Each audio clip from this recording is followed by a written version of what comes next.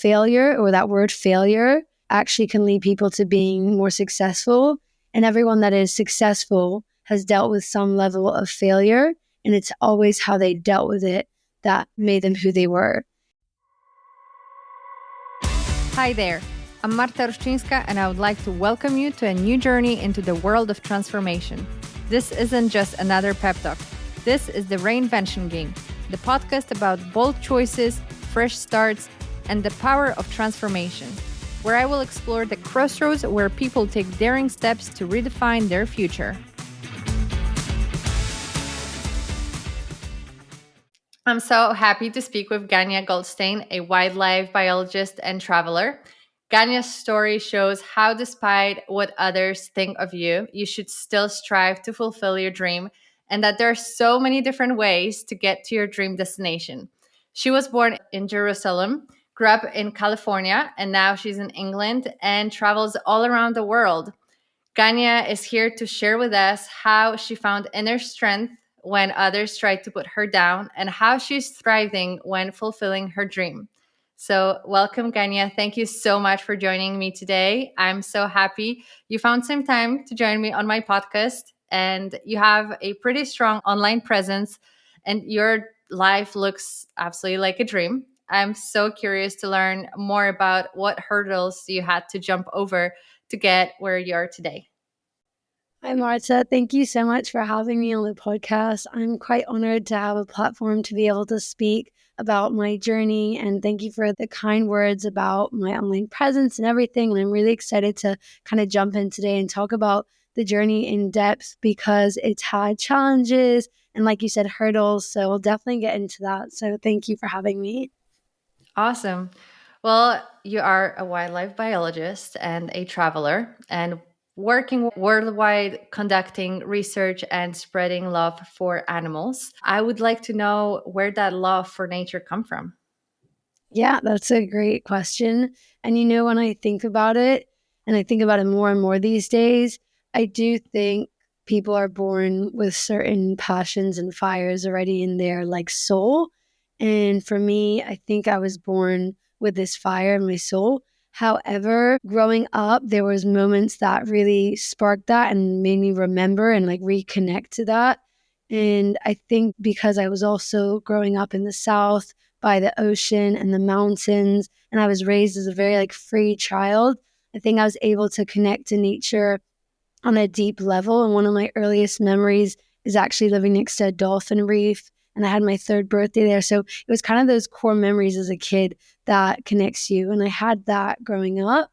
And later down the line, I ended up moving to the city here in London, and maybe parts of that were forgotten. And documentaries from, David Attenborough and also Steve Irwin back in the day, they would take you around the world and show you some of the most beautiful places. And I think realizing how beautiful this earth was, I actually couldn't believe my eyes. And that's where I just had moments where I knew that was kind of where I was meant to be. And I had a real deep understanding that I love the rainforest and the jungle specifically. And that understanding came at about 14 years old. So what was your dream at 14? Yeah, thinking about dreams and how they progressed, I always thought my dreams started at 14. But full transparency, as a kid, I grew up singing, acting, and dancing, and I thought I would be an actress. Again, so interesting how I didn't think about nature or animals. I'm also a first generation graduate, so I never had any academic, kind of push towards being anything. So I did always feel like I could be anything I wanted to be, which is really great. And at 14, I realized I wanted to be a part of wildlife conservation. And so that was my dream. Rather than being a wildlife vet or wildlife researcher, I just knew I wanted to be a wildlife conservationist. And I didn't know how I would get there. The whole journey is how I got there. But my dream is always to be a conservationist. Yeah. So you said your dream at the very beginning was to become an actress. So have you ever took any steps to fulfill that dream? So I did. When I wanted to be an actress as a kid under the age of 14, for about 7 years, I was in acting, singing, and dancing school. So I actually pursued becoming an actress for 7 years. Okay. Wow, that's really cool. And I think now with what you're trying to do is going to be super helpful. Yeah, it's honestly, I forgot about it. It was only that this past year. I was like, oh, yeah, that's actually the first thing I ever wanted to be. So I think dreams can change, but they can maybe work together. There's a reason we have like multiple ones. Yeah. So when you decided that you wanted to work with wildlife, how did that journey look like for you?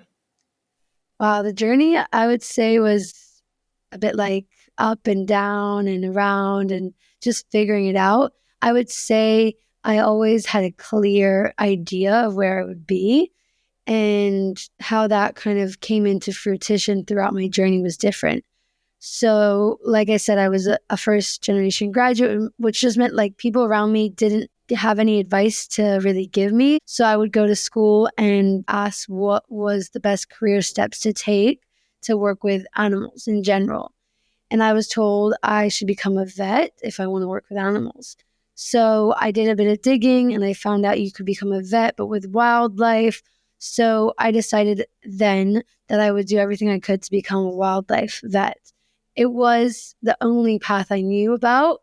And I went on a very discovering route. I wanted to discover all the different ways people could get involved in conservation, but I was still focused on becoming a vet. So that was throughout all my like science exams from about 16 to 18. That was 2 years. Yeah. So actually 14 to 18, 4 years, I was on my way to becoming a vet. And then I had like these big exams and I got all the offers, all the interviews, I did all these things and I didn't get through the final offer to veterinary medicine.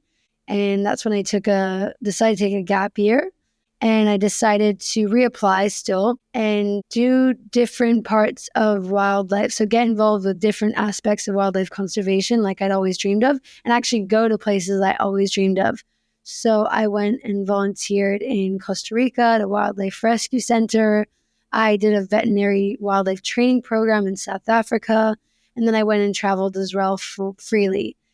And through that, I had this big understanding that there's really not one route. The people that are in wildlife rescue had a certain background, but they all had different ones too. The vets and the wildlife professionals in South Africa also had different backgrounds. So I knew there was always a way for me to get there. And when I didn't get in again to veterinary medicine, I knew there was a reason why. And I ended up finding my degree in wild animal biology. And I took that for 4 years. And that was my integrated master's. And it almost felt like a fast forward. I was able to skip like 5 years of studying things that might not have been relevant to what I actually wanted to do.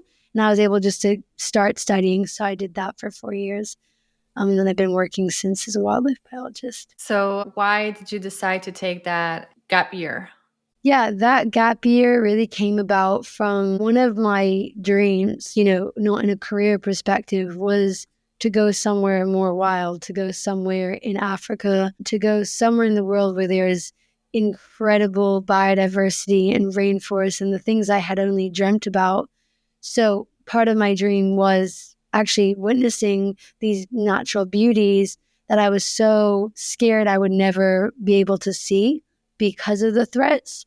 At 14, I was like, by the time I'm old enough, will there be the Great Barrier Reef? I really had this time pressure. So when I was 19, I wanted to see for myself what was happening out in the world and discover firsthand. So that's why I took a gap year. And did your parents support you in that decision? I mean, you said that they didn't have the higher education. How did they go about Yeah. it? So they're not like academics, but they're travelers, both of them. So they very much supported me traveling by myself as an 18, 19-year-old. That being said, one of the major hurdles in that was still convincing them that I was safe. I was going to relatively safe countries, but I was always going to remote places. So that took a bit of work and trust, but they were very supportive. And every time they'd see me grow and follow my heart and my passion, they would support me more and more. And so I'm very lucky to have always had that foundation, specifically also my mother, which definitely helped me go off into the world alone at quite a young age. And did you feel the same support when you were actually going for academics? Yeah, I think I did a lot of things on my own. I'm the first, like the eldest, and I don't know, I was very focused, and yeah, they were always very proud. But like my parents, I feel like they measured how proud they were based off of if I was happy. Like I think they were. I'll be honest. Like I actually yesterday found some old letters and some old certificates, and one of them was from my mom, basically saying that she's so proud of me. And I think it's quite special to see someone truly following their heart and their mission without being pressured into it. And I think they were there just to be like, whatever you choose, like we'll support you. And that's what I kind of felt throughout it all. That's awesome. And how did you find that inner focus? You had your goal, but often people get distracted. How did you keep that bullseye? Yeah, you're right. That is like a bullseye, like you're targeted. I try to think back. I'm like, what was this kid doing? Like I was young, I literally never even decorated my room. I just had posters plastered everywhere, like revision posters on all my walls. Like I was truly obsessed with getting these grades and further progressing in my goals.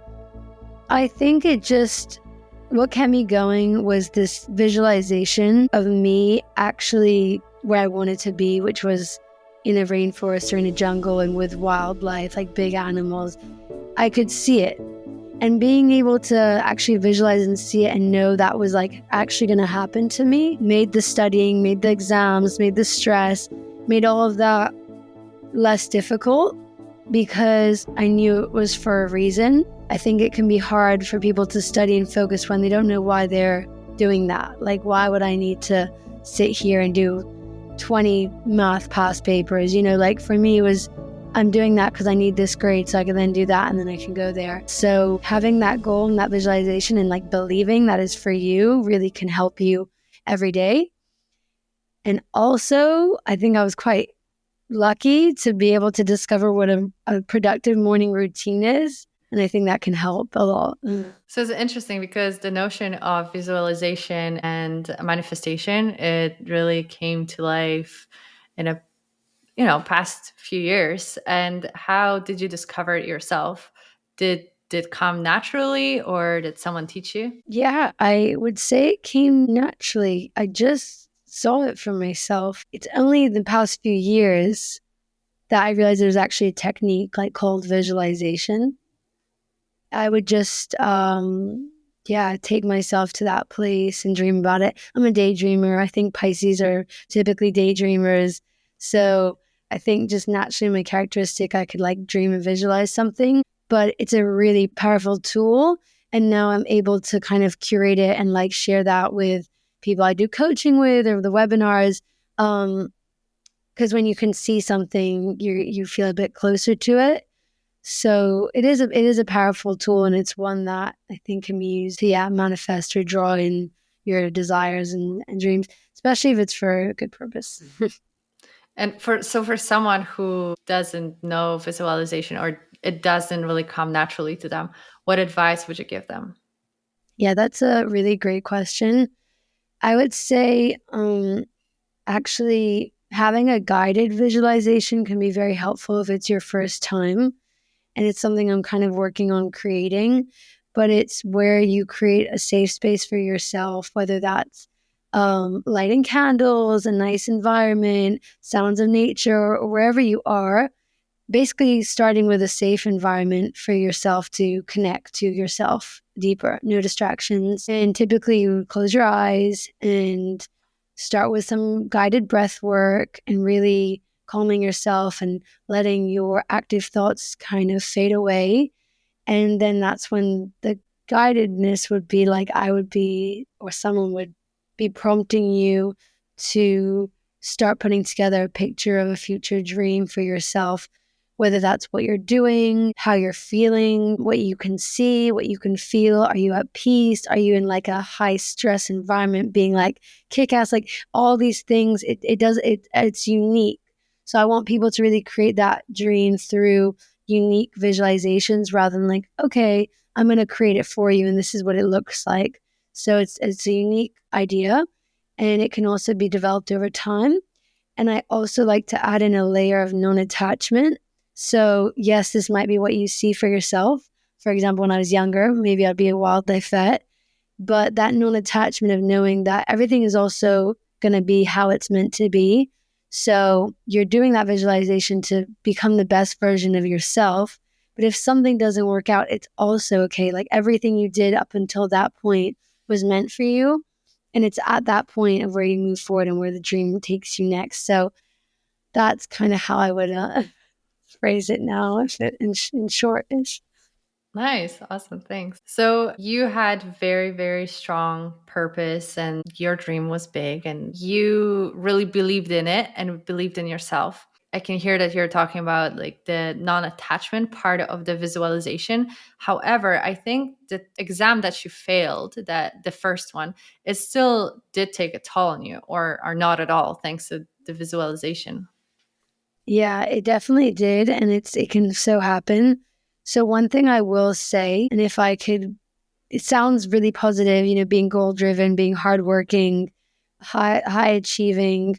But at the end of the day, wish I could have appreciated each step a bit more and each achievement a bit more and not been so hard on myself because I didn't fail, actually. I got a good grade. I got a B in, math and biology and at a quite high level. And a B is great. You can get into lots of amazing university, pretty much most science courses.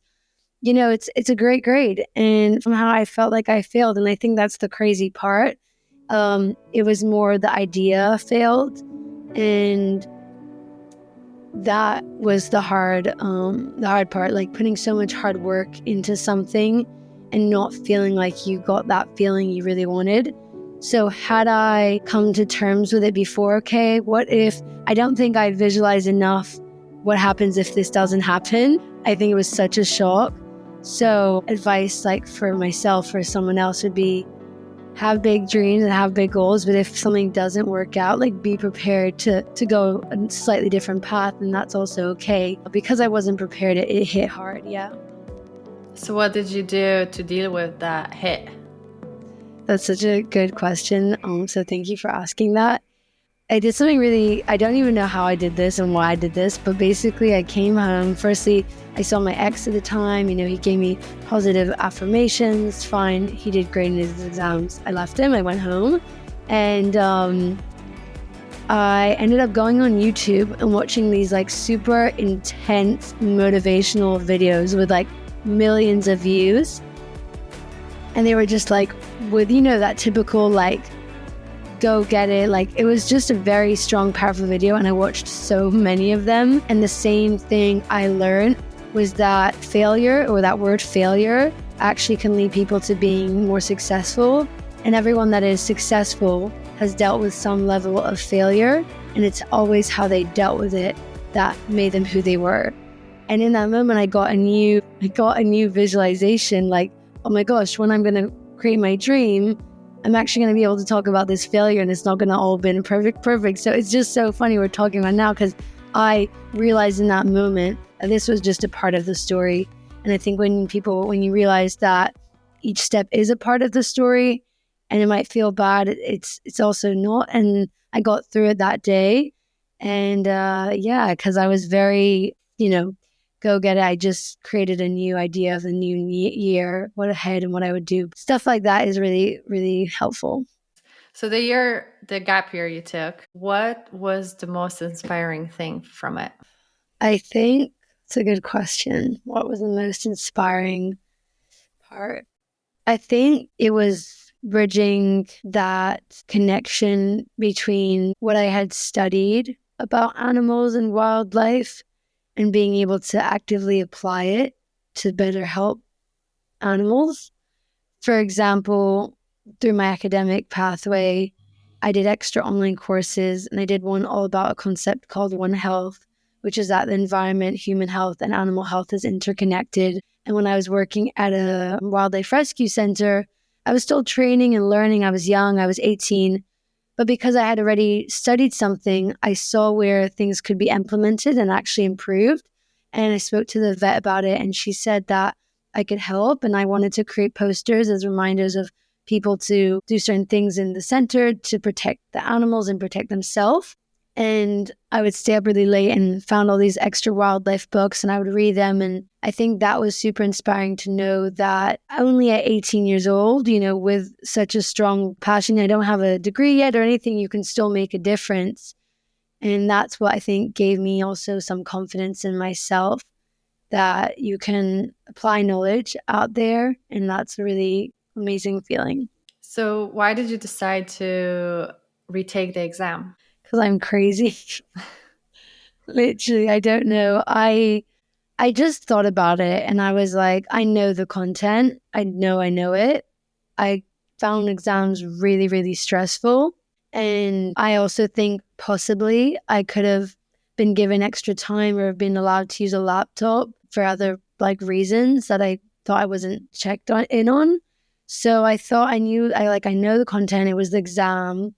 And I went into my university. I went into my college, and one of my chemistry teachers said, don't do that. Everyone I spoke to there told me not to do it.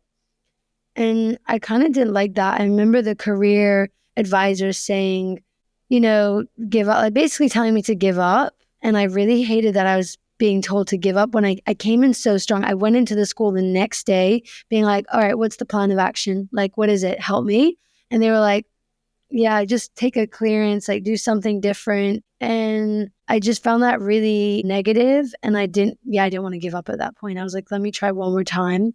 So that's kind of why I went for it. So, why did people tell you to give up if the B wasn't really a bad grade and you did excel in your classes? I really don't know. I definitely hold some resentment for certain people that told me certain things. I mean, one instance really stood out, and I don't know if anyone else will be able to relate, but I remember the day very well. I decided I was going to 100% go to become a vet. And I went up to my biology teacher, thinking, great, she's going to be so excited. One of her students wants to do veterinary medicine. And she literally looked at me in the eyes and said, you're never going to be able to do it. It's impossible. I know people that got 3 A stars and they didn't get into university. And yeah, I'll never forget that. There's no need to tell someone that they can't do something when they're ready to do it. And at the end of the day, I got through all my interviews. I got my offers. They wanted me as a person. And the way the exams are also created, it can be really challenging. And I knew I was, per se good enough to go there. But yeah, it's super, super competitive. And I appreciate that. It's almost, I think, harder than medicine itself. So that's fine. But yeah, having teachers not wanting to believe in you, I now, through personal development, know it comes from a projection from their past self. Who knows? She might have wanted to become a vet one day, and now she's a biology teacher, so she's taking it out on the students. So these things can happen in life. And just to remember that someone gives you advice or guidance that you don't resonate with and it doesn't serve you, you can just basically send it right back to them and not take it on board. Because imagine someone that just being like, okay, I can't do it. I'm not going to do it anymore. Do you think that you took strength out of those words? Yeah, I think so. I was just, obviously, I was sure of my personality. I was sure of my care. I was sure that I was hardworking. So all those things, I can do it.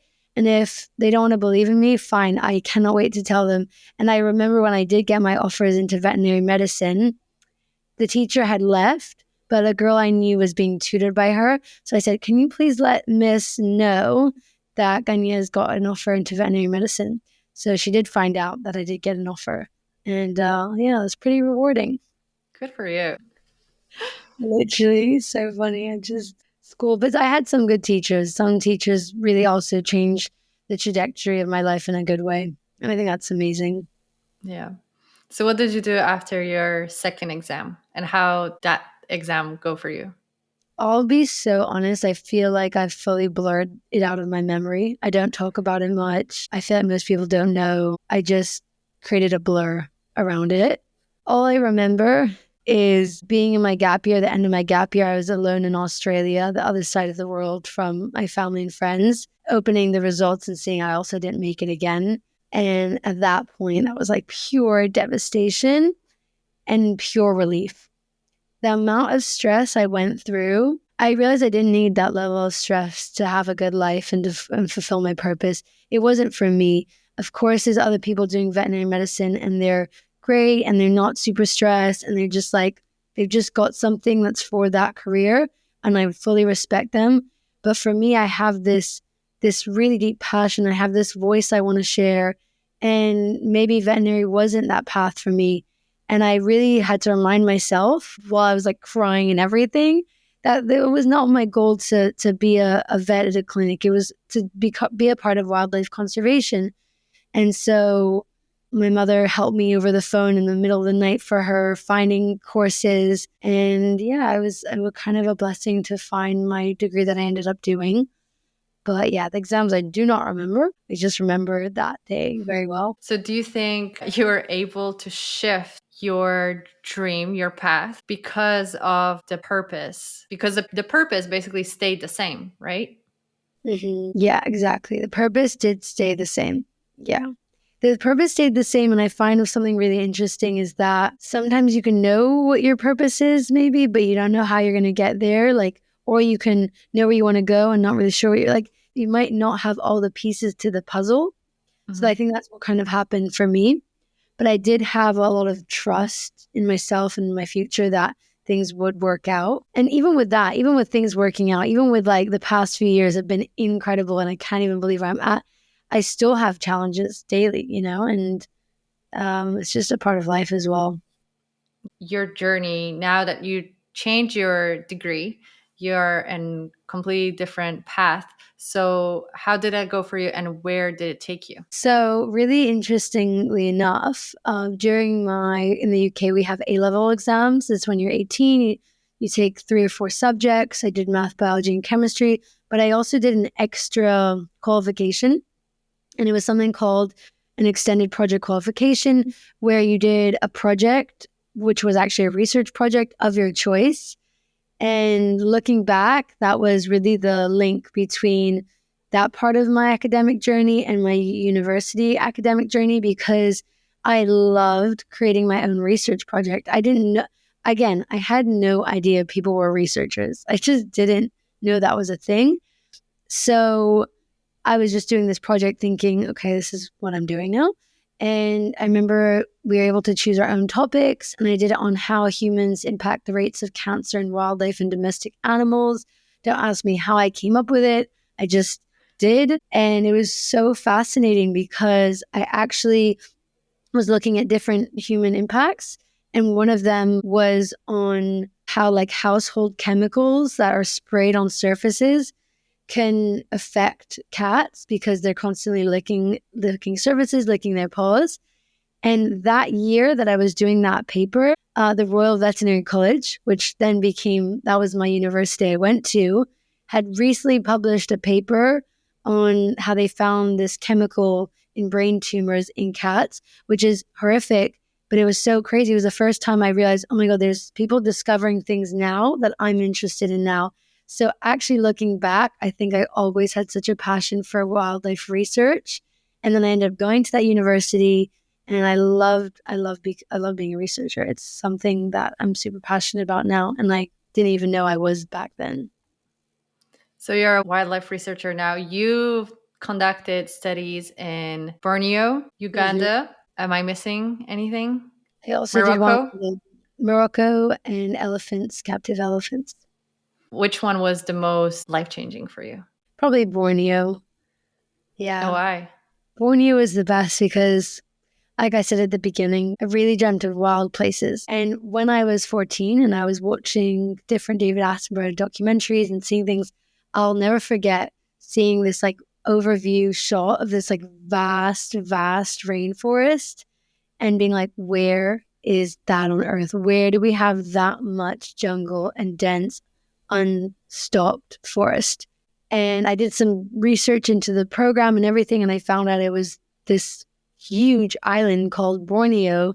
And since then, I was obsessed with Borneo. I did a project in my second year all about Borneo, about orangutans. I did it on butterflies, the ecosystem. And so I was already fascinated by Borneo and orangutans and this island.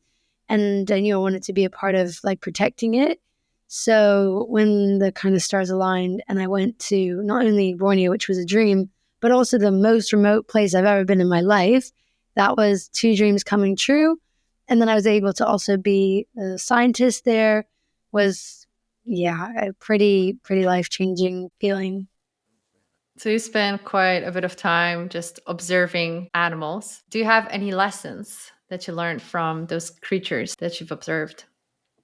Yeah, I definitely took a lot of lessons, and I changed actually as a person because of spending so much time. Typically, I would say I wasn't always super patient, and I learned a lot of patience with animals. You know, the way they take time sometimes with everything they do, especially primates. So the primates I've studied, and the type of days they have, and yeah, kind of how chill they can be as well. I think you realize how not serious life is, and how when you have the basic requirements, you can also be content with your life. You know, you've got food, you've got family, you've got somewhere safe to sleep, and then everything else is extra. You know, the groups that I observed in Morocco, the macaques that were happy, they had good social groups and bonds. And you see that the same with humans, you know, when we're happy and we're able to socialize and connect with people, it means we're in a safe place. But then at the same time, if you have threats and stresses, they're not able to interact with people, miscommunication, arguments, aggression. And I see again the same with humans, you know, when people are missing those fundamental basics in life, it can cause people to turn against each other. And so I do think we're really similar. I got to really be able to see all the different mother and offspring relationships, which I'm fascinated by, and it's super beautiful. The animal kingdom is so diverse, and I feel like I've just seen a tiny fraction of it. You know, even though I might be more experienced than someone else, the amount out there is incredible. But yeah, that's some of my takeaways. Thank you for asking that. So what's your dream now? Like what's another research that you would like to conduct? It's a good question. I'm currently, okay, something so interesting, which I'm blessed to experience, but when you have certain dreams and you feel like they're starting to become fulfilled, you get to a point where you're like, okay, what's the next dream? And I'm actually currently at that. I'm really trying to figure that out, to be honest. Like, I'll be super honest. I have some ideas. An animal I really want to go back to working with, not actually worked with, sorry, but working with is giraffes. I think they're pretty like misunderstood slash not understood at all because of, I don't know, quite different animal they are. So I'd love to work with giraffes. Elephants, of course, there's a lot of problems happening with elephants. I also would love to go back to that first idea I had about the cancer rates affecting from human impacts, the more like chemical disease side of things. This is the thing. I've got so many different ideas. Definitely not sure right now how they will execute, but I do have a clear vision that I'm prepared to help people follow their dream, or at least to at this point. So this year I'll be hosting more wildlife group trips where we're going to be focusing on wildlife conservation. I'll have one in South Africa, potentially in Peru, and potentially somewhere else. And that is a new dream of mine for this year, is just being able to share that with more people. And I think that can also be a part of changing the world if more people care. So I have a mix between my personal and like what I want to give. So yeah. So do you feel like you are overwhelmed and a little bit stuck with so many available doors and ideas? You know, I think up until this point, I've been having like a flow. It's been like a lot of flow. Like I had my job in Morocco secured before I graduated. I had networked and created this like offer in Borneo while I was still in Morocco. So like everything overlapped. Like this month, this feels like the first time I've just had space. Like I've come back from my group trips in South America and Central America, and I just feel like I have so much space and I have to make some decisions and new goals. It definitely can feel overwhelming, and I can feel like, am I being productive? Am I not being productive? Other different questions in your mind. But at the same time, I also feel like I've had to come to terms with like, it's going to work out. I need to be clear on a few more things. But yes, it's an interesting crossroad at the moment while we're talking, actually. So, do you have any strategies how to deal with that? I have some, yes. I've created like for myself and even for when I do coaching is having short-term goals, mid-term goals, and long-term goals. So that could be, what do you want to achieve by next month? What do you want to achieve in 6 months? And what do you want to achieve in 1 year? Because sometimes I think I need to be doing the thing I want to be having achieved in a year. Like, let's say I want to create something. It's actually going to take a few months. But if I didn't work on it today, does that mean I'm not achieving my goal? Like, no, it puts it into perspective that it's going to be over time. It's not going to be every day. But maybe next month I want to have done something. So I need to do that every day. So at the moment, and in fact, for the past like few intermissions of different projects, I'm doing like entrepreneurship, I'm my own boss, and that can be really hard.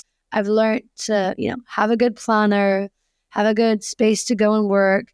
And now, trying to have people that can relate to the grind and the passion, I think that's quite helpful because a lot of my friends here, they have 9-to-5 jobs and they're on a salary to time basis. And I'm in something a bit different. So yeah, trying to find people that can relate is helpful for inspiration and understanding. That's what I'm figuring out at the moment. It seems like you have very strong sense of delayed gratification. Would you agree? How would you explain delayed Like you gratification? are ready to put so much work just believing in the idea, and you don't have to see the results right away. Like you believe in it so strongly that the result in a month or two or in a year, like this is what you're satisfied with. Like you don't care about like Yeah. what's on the way, like just that end goal, Yeah. that delayed gratification. Yeah, absolutely. Before I went to Borneo, like, look, you asked me about as well, like, what was my life changing experience? Borneo.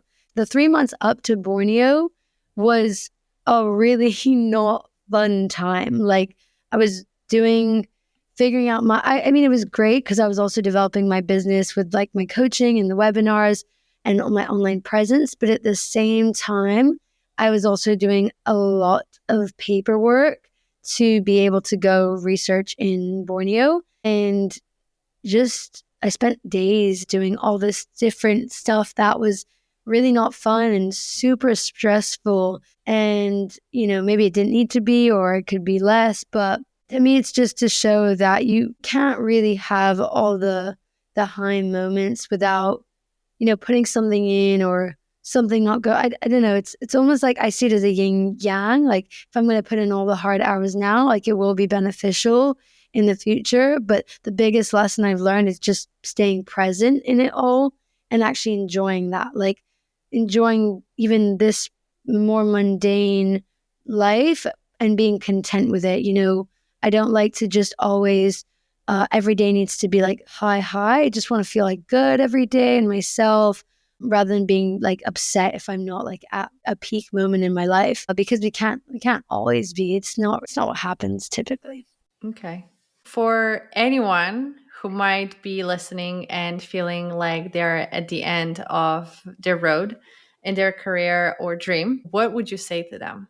I would say that you are strong enough to get through this.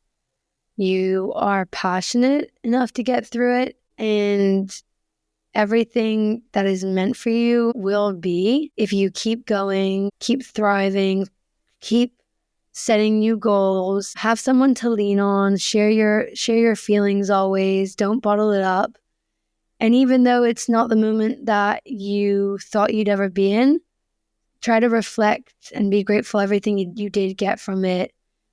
And you can also create space. You don't need to jump into something new straight away, have something figured out. It's so okay to be in a moment in your life where you're like, I don't have things figured out. And that is so exciting because I have so much space to create something even better.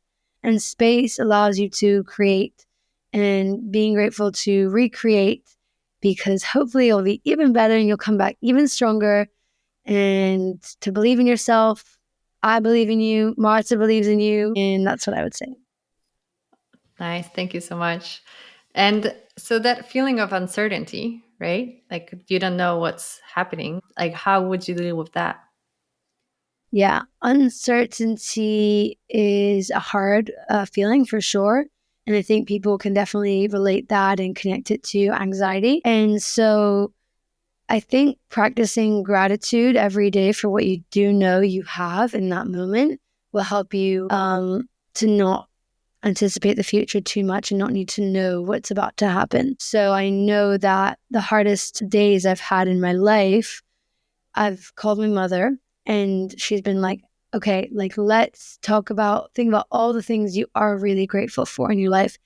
And I don't know, when you're going through something not nice, whether it's a rejection or a breakup or anything that you go through, job rejection, anything you go through, it could feel really bad and it could feel really hard to be like, okay, let me be positive right now. Like, what do I love about life? Like, it can be hard, but genuinely when you're able to focus on the positives that you have in the moment, how can you make the most out of them?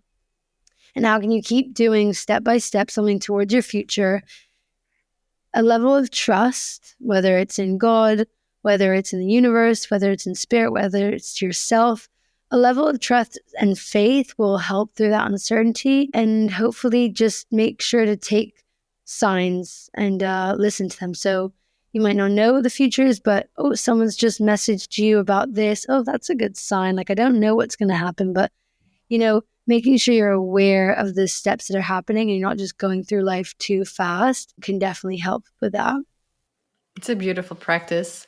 And you said that for you, it's about every day just feeling good. It's not always going to be high, but what do you do besides the gratitude practice? What else do you do to keep those days, on a good level? Yes, I love that. There's a few things. Like one, I've learned that, well, I'm young and mobile and all the amazing things and healthy. And I've seen this trend about free will, that we have free will. And I think that's really interesting. And through my gap year, I really discovered how much of adventure I love to have. So even though right now I don't know what my next big project is in the next 3 months, I know that I want to focus on new passions and I want to focus on adventure and travel still. And I want to still use my platform to create new things. So literally tomorrow I'm going on a surf trip to Morocco for 6 days, because before I came back home and I knew it was going to be a bit mundane, I knew I wanted a little bit of adventure, but not too far away. And yeah, just when you're in tune with what you're craving in the moment and what you're desiring, you can then create a bit better.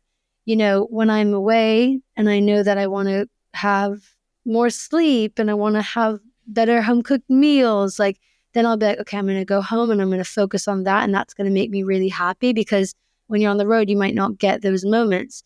So always being grateful for each aspect, but remember to take initiative when okay, I need to leave the city or I need to leave this town. I need something new.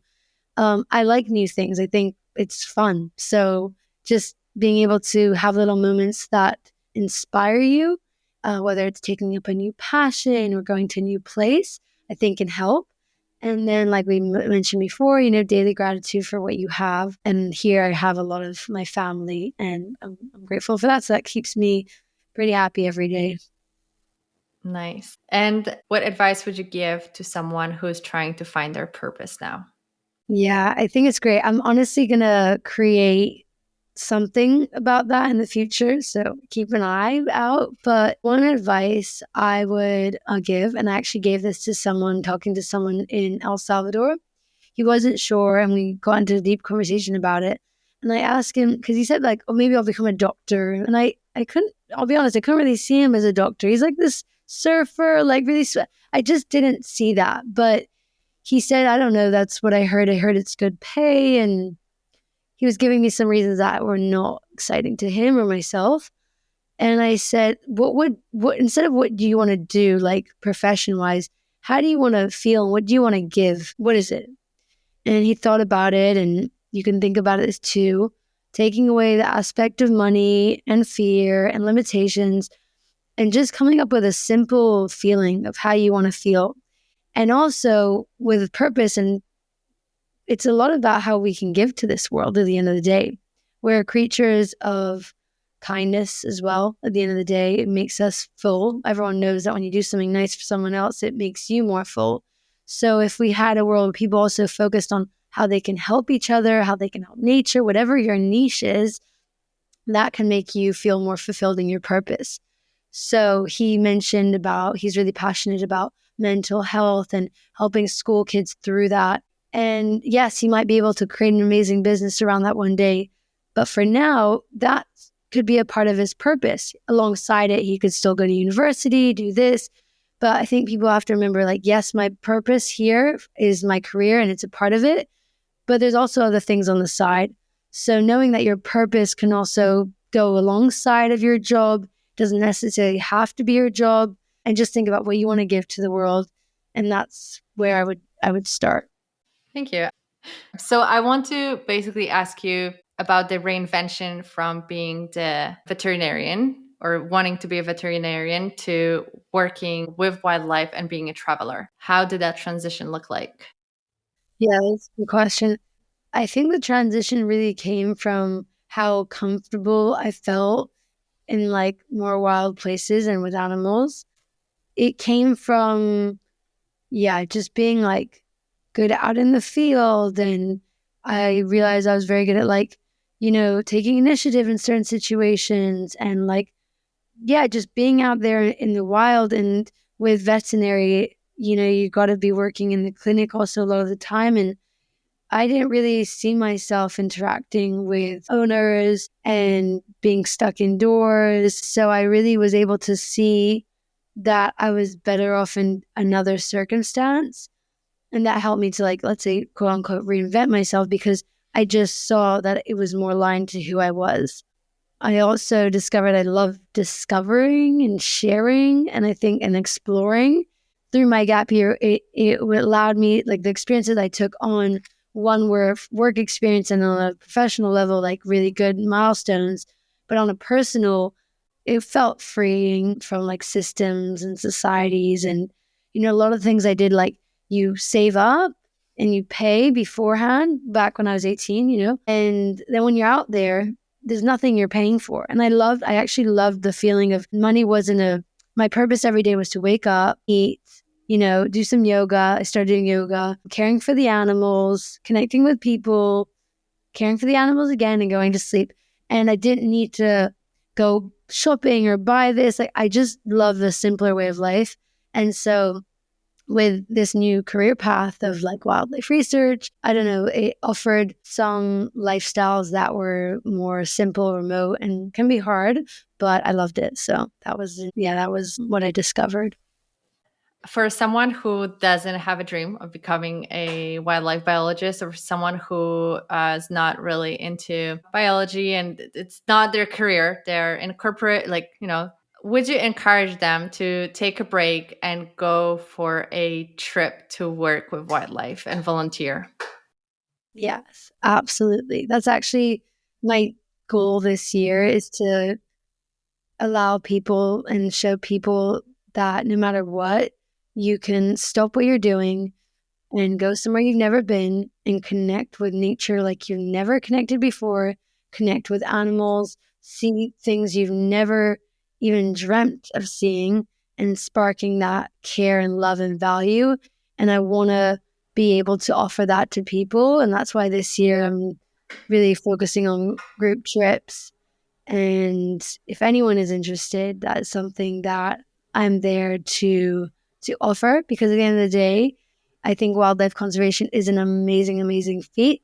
Anyone that is a conservationist know it comes with so many challenges, but the more people that care and are almost ambassadors, and anything I share, and if you carry that on, we're going to make a huge impact in this world. So no matter who you are, where you come from, these trips are open for everyone. And if you're not coming on one of my trips, still, I absolutely embrace people to go and travel and connect in an authentic way, and both with people, wildlife, and nature, because I think everyone needs to experience it. That's awesome.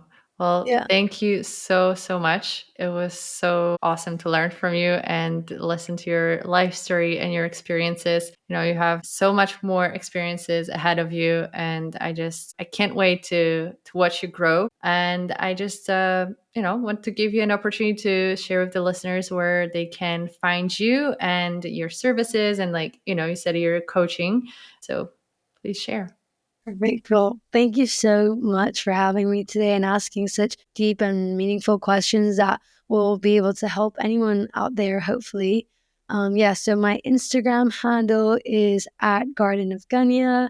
That's where I'm posting a lot of more behind the scenes and travel stuff, and also advice and tips. And on that, you'll have my link in my bio, which has access to everything I offer outside of Instagram, which is wildlife webinars, coaching, resources, different group trips, different volunteer opportunities, anything like that can be found in the link. And this year, I'll also be relaunching my YouTube, which is also at Garden of Ganya. In there, you can find more like long form content, stories, and in-depth experiences of living in Borneo and traveling. And those are the two main platforms you can find me. I'm also on TikTok, Ganyah Gold.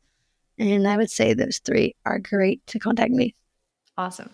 Thank you so much. Thanks for tuning in to the Reinvention Game. If today's conversation inspired you, I would love to hear your thoughts. Drop a comment, share your story, or connect with us on Instagram at the Reinvention Game Podcast. If you enjoyed this episode, be sure to subscribe, leave a review, and share it with someone who's ready to start their own reinvention journey.